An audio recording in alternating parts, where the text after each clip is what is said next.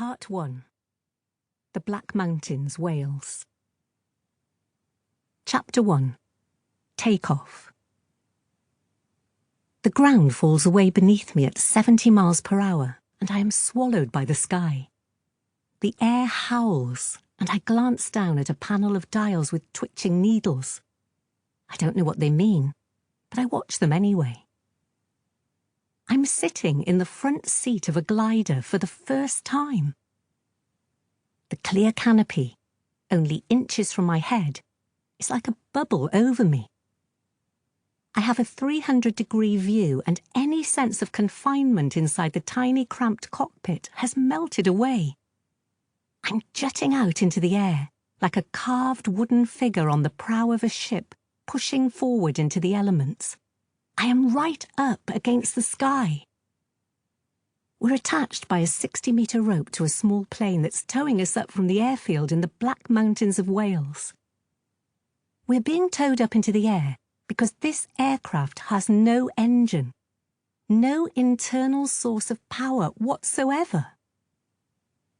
Bo, an experienced pilot and instructor, is flying the glider from a seat behind me.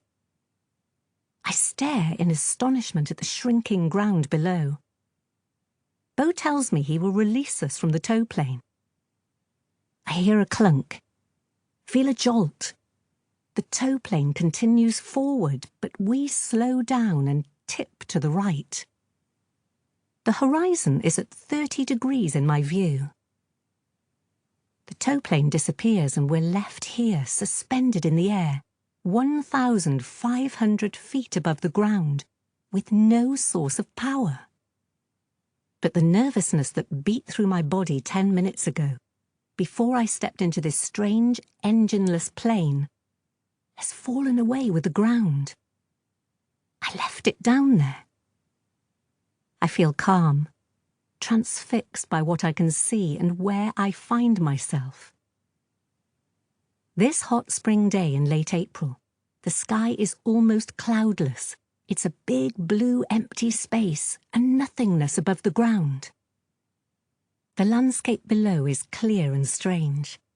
Curved fields, edged with hedges, roll out in every direction from the base of the hills, spreading down valleys to meet rivers and roads that twist and wind as they move from one stony scribble of a village to another. We move in wide circles, then head straight and level, then tip one way with a wing pointing down at the ground for a moment, then tip the other way. We climb and climb. The ground continues to shrink, and the human world has almost disappeared by the time we reach 6,000 feet. It's as though we've moved back in time while climbing in altitude. I can't see any cars moving through the landscape. There are no tractors ploughing fields, no telegraph poles or power lines. The shape of the Black Mountains is clear now, and I get an aerial overview of this body of hills for the first time. I thought I knew them, but now I realise that my knowing was on one narrow scale. As soon as I'm above the ground, I'm lost. In the distance, the dark silhouette of the larger Brecon beacons looks like a painted backdrop in an old Western movie. The top of Pen y Fan, the highest peak of the beacons, points up into the hazy sky. Below me, Llangors Lake is a slate-grey curve. Every field is at an odd angle to another, and nothing is square or symmetrical or flat. Instead, everything sweeps up or down or sideways, though any idea of what is a side, a front or a back makes no sense from up here.